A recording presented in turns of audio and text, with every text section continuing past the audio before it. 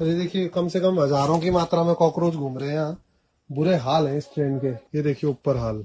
Sir पूरा बारिश बुरिश सब नीचे आएगा इसमें। बिल्कुल ठीक नहीं है इस ट्रेन की कंडीशन।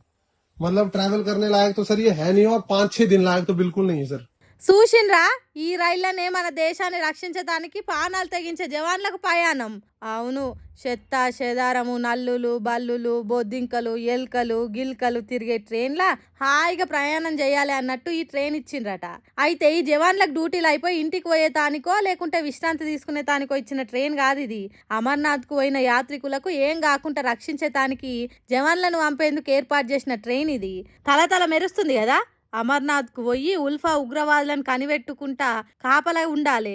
అక్కడ పడరాని కష్టాలు పడాలి కాబట్టి పోయేటప్పుడు మంచిగా రెస్ట్ తీసుకునే తందుకు సకల సౌకర్యాలున్న ఈ రైలే కరెక్ట్ అని ఇచ్చిండ్రు కావచ్చు. చూడుండ్రి, కూసునే సీట్లు ఎంత మంచిగా ఉన్నాయో. ఒక్క బొద్దింక లేదు, సీట్లు శినిగి లేదు. పైకి ఎక్కి వండుకునే సీట్లు పరుపుల తీరుగా మెత్తగున్నాయి. పాయికానలైతే తలక్ తలక్ మెరుస్తున్నాయి. ఏసీ బోగీలల్లా తెల్లటి పరుపులల్లా హాయిగా ప్రయాణం చేయుండ్రి అన్నట్టు టికెట్లు బుక్ చేసిండ్రు కావచ్చు ఆఫీసర్లు.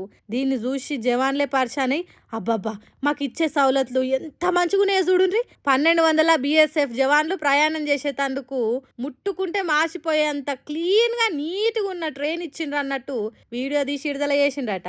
ఇక దీన్ని చూసిన దేశం పబ్లిక్ వారెవ్వా ఇది కదా జవాన్లకు ఇచ్చే మర్యాద. మన బార్డర్ సెక్యూరిటీ ఫోర్స్ అంటే సర్కారుకు ఎంత ప్రేమ ఉన్నదో అర్థమైంది అన్నట్టు మండిపడ్డారట. శిషి ఏం పద్ధతిరా, ఇంతకంటే అవమానము కించపరచుడు ఇంకేం నన్నున్నదా? సిగ్గుపడే రోజులు తెస్తారు కదరా అన్నట్టు అగ్గి మీద గుగ్గిలమైనరట. ఇంకేమున్నది, సర్కార్కు చెడ్డ పేరు వస్తుందని చదువుకునే పని చేసిండ్రు. ఇంత చక్కని ట్రైన్ బుక్ చేసిన 4 ఆఫీసర్లను సస్పెండ్ చేసినామని రైల్వే శాఖ మంత్రి అశ్విని వైష్ణవ్ చెప్పే కాడికి వచ్చింది. ट्रेन की रेक कली रिप्लेस कर दी गई थी और जो 4 अधिकारी इसके लिए जिम्मेदार थे उनको सस्पेंड भी कर दिया। అంతేకాదు, బార్డర్ సెక్యూరిటీ ఫోర్స్ జవాన్లకు వేరే మంచి రైల్లో పంపేతానికి ఏర్పాట్లు చేసిండ్రట.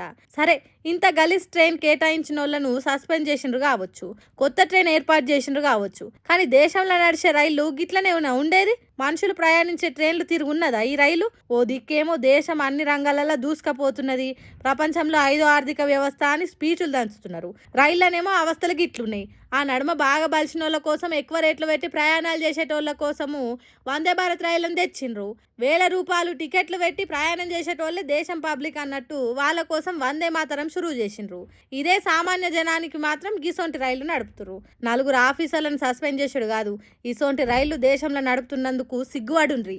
దేశం అభివృద్ధిలో దూసుకపోతున్నదని ప్రపంచానికి చెప్పుడు కాదు, ఇక్కడి జనాలకు మంచి సౌలతులు కల్పించుండ్రి అని కామెంట్లు పెడుతుర్రు. ఈ రైళ్ళు అయ్యేవారని చూసిన కొందరు దేశం పబ్లిక్ ఇప్పుడు